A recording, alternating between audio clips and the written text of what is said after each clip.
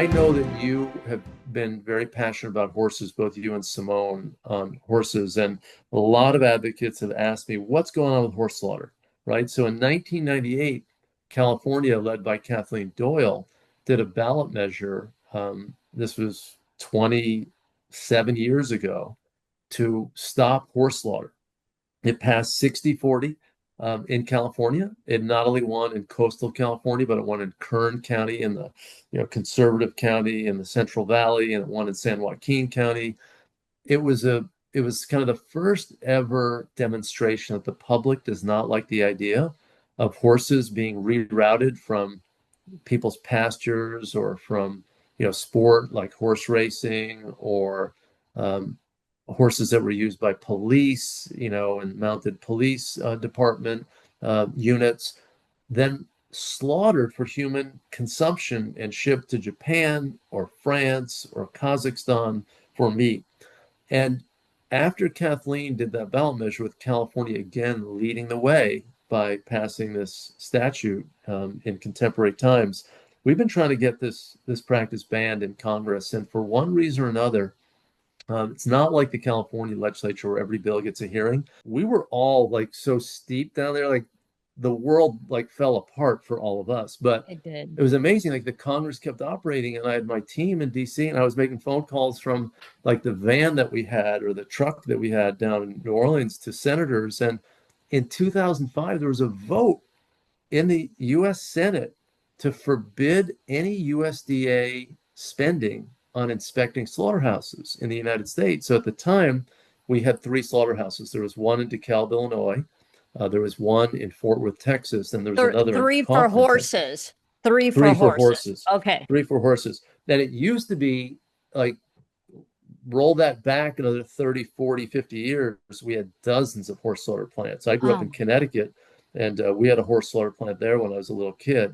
So it went down from like 30, 40, 50 slaughterhouses down to three by 2006. And then we passed this amendment, and Judie and Simone, this passed 65-30 with like 5 no votes to ban horse slaughter. So we knew at that point in the 2000 aughts that there was plenty of support. It was a 2-to-1 plus ratio of senators, bipartisan. And then we passed the measure in the House. And that annual defunding amendment has been sustained just about every year since. And there was one year it wasn't sustained, but it didn't allow any horse slaughter plants to open. So in 2007, those 3 horse slaughter plants were shuttered, one in Illinois and 2 in Texas, and they've been shuttered ever since. The problem is we're still shipping live horses that are rerouted from these different enterprises, pleasure horses and all these other purposes that I mentioned earlier.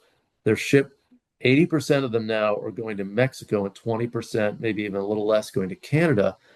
And Judie and Simone, in the 1990s, when you guys were just starting as animal advocates, between what was happening at US-based slaughterhouses and then the exports of live horses to our North American neighbors to the south and north, we were killing 400,000 American horses. God, what a betrayal. Oh, a terrible betrayal. Terrible betrayal. These are animals that were never raised for this purpose, right? Not that that changes the morality of it, but they're opportunistically seized from people who didn't want this to happen to their animals, and 400 plus thousand. So the good news is it's now down to about 22,000 a year, right? So it's still 22,000 too many. Yeah. But it's a 95% reduction. And I think, for all of us who've been concerned about horses, this is real progress. Now we just need to finish it off. So the SAFE Act, which you and Judie, you and I have been emailing about the last day, a majority of the U.S. House of Representatives is on board. I think as soon as we get a vote, we're going to win. It is an idea whose time has arrived, and we're going to get this done. So you think that they'll finally bring it to a vote because that's all it's going to take? You feel that the votes are lined up. It's just getting it to a vote. There's no difference in the vote between defunding the USDA slaughter plants, which is a domestic industry that you're shutting down, versus the authorizing bill, which is the SAFE Act, to kind of amend the existing statute to forbid this, which is just live export, right? So those are foreign entities that are slaughtering. So I think it's much easier politically to vote for the import or the export ban than it is to stop them here. So if we had 2-to-1 support in the Senate and we have 2-to-1 support in the House, it's going to translate on the SAFE Act. The issue is it's hard to bring up a standalone bill in the Senate because one senator can block it. And we do have a handful of senators who are pro horse slaughter who will block the bill. So, what we need is a larger legislative vehicle. And the vehicle that we've all thought about is called the Farm Bill, which is supposed to be passed every 5 years. The last one was 2018. It was due to be passed by 2023, and we've been waiting for that to come to the floor. Then we offer the SAFE Actors Amendment, and bam, we are done. We take horse slaughter off the roster of issues that we're concerned about. But the Farm Bill's been delayed 2 years and counting. So we still don't know what's going to come up. The chairman of the committee says he wants the Farm Bill to come up in early part of 2026. I'm kind of skeptical. We're so divided in this Congress now. The Republicans just have basically a 3-seat majority. The Senate is also a 3-seat majority, but it's much closer in the House because you have a bigger number. So all you need for the Republicans to lose a straight party line vote generally on their side is just, you know, 4 defections. And if the Democrats hold, but when it comes up, we're going to win. And I do think that it's still important to remind lawmakers of the importance of this to regular Americans, that people think that this is atrocious, as you said, Judy, to betray these animals and to turn them into mincemeat just because somebody in Kazakhstan or Japan wants some horse meat as some sort of delicacy. I mean, I don't need to convince you how sickening a thought So the that is. bill, so I got an email from somebody that said, oh, there's still a loophole that these countries can still send them on to be slaughtered. So can you speak to that? What specifically the bill stops Yeah. from happening and what it might not stop? Well, I've heard from some really dedicated advocates who want to be sure that there's no loophole for pet food consumption. So right now, it basically says no horses exported for slaughter for human consumption. I think that they want to be sure that it's just for consumption, right? Whether I pet see. food or human food. And I think that's a totally reasonable effort. And as I've said to folks, when this bill starts to move, we can tweak the amendment to cover that. And I don't think that we pick up any more opposition, right? I mean, the zoos used to feed horses to the big cats, to tigers and lions, but they've been moving away from that. Okay. And I just don't hear of any pet food companies who are selling horse meat, right? It used to be a joke in the 50s, but it's no longer the practice today. And there's just no reason to do it. Plus, the numbers are so small that it's negligible for the pet food industry, right? You can't really make an argument that 22,000 horses is going to be a big part of the pet food industry. No, It's of just, course not. it's absurd. It's absurd. Right. We went through that when we were fighting to protect crocodiles and alligators. They came up with, oh, but what about the pet food? And we found one pet food that existed that did have them in there. And I think it was, well, it was from a different country. I think it was Australia or something. So to your point, even if it exists, it's so minute and doesn't need to have anything to do with these particular American horses. And, So, and listen, if the United States Congress is passing a bill to stop horse slaughter, that's a signal to pet food companies or zoos that they should be off the menu. Get them the hell out of the trade for tigers or lions or dogs or anyway. cats. Exactly. It's also in many ways crippling the rescue community, because I have personal experience with the pipeline, because you probably know Libra Max.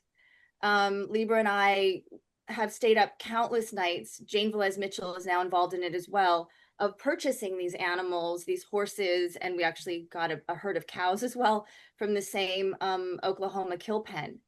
And the amount of money that is being pushed into trying to stop them on the pipeline before they get to their final destination of slaughter is the amount of power it takes to try to place these animals and to pay for them you know, and so many people still think, oh, well, that's what they're raised for. And as you said, like, these are working horses, you know, healthy, adoptable, trusting animals that came right from the race horses and jumping shows and, you know, Mustangs, incredible.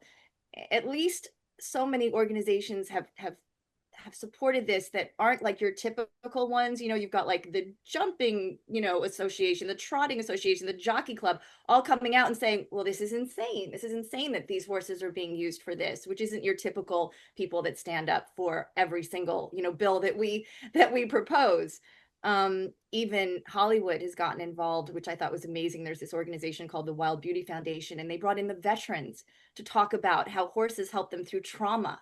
You know, these are American heroes who are begging, you know, for this bill to push through. So there's so many reasons why it needs to happen, but as a rescuer, I'm like, we have to stop this. We are bleeding money into it. It's completely worth it. You know, every single animal needs to get out. But how many can we get? At one point, you know, Libra and I had like 15 horses overnight that we had to place. You know, it was in. And Simone, where would they have gone if you didn't pull them from this kill? They were going to Mexico. They were going to Mexico. And they were, of course, there were some old, you know, ones that had been worked, you know, their entire lives and, you know, could barely stand. But the majority were these incredible horses that you knew, and they all come with their papers, by the way. So what we started to do was we got the papers from the race horses and we tracked down their jockeys, their owners, and said, do you know where your horse is right now? And many of them didn't, and they were horrified. So that's another thing, you know, people are just, you know, well, also the kill buyers also pose as good homes to get these animals. Well, they do. Atrocious. But Simone, the big argument from the pro horse slaughter people, even the AVMA, which I know, Judie, you've tangled with the AVMA, you know, in your legislative work, is they were pro horse slaughter, and their argument was, well, if we don't have an outlet for these 400,000 or 200,000 horses that are going to slaughter, then people are going to be cruel to them. There aren't enough sanctuaries, and they're going to abuse them.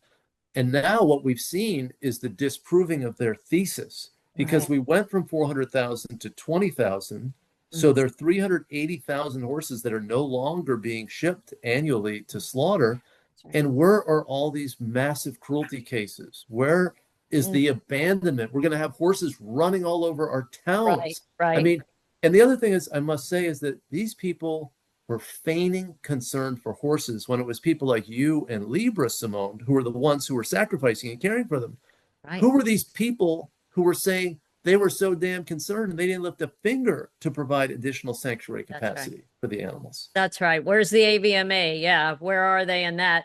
And that's, you know, opposition to bills overall is, you know, the first thing out of the gate is, you know, oh, the sky's going to fall. You know, everything is going to go to hell in a handbasket if this bill were to pass. And we just went through this the other day on a bill we're working on at the state that we'll talk at a later date about. But, you know, I said to the opposition, I said, do you have a real policy concern, or is this just slippery slope, you know? And a lot of times it's just, you know, hey, I don't like the issue, you know, let the horses continue to go to slaughter. They don't have a policy issue. They don't have a real issue. It's a bunch of smoke and mirrors. So, well, thank you for that recap. And of course, whatever we can do, I know we've already sent in a support letter, but if we can do an email blast when the time is right, any pressure on whomever that may be to get it to the vote, you know, we're here for you on that.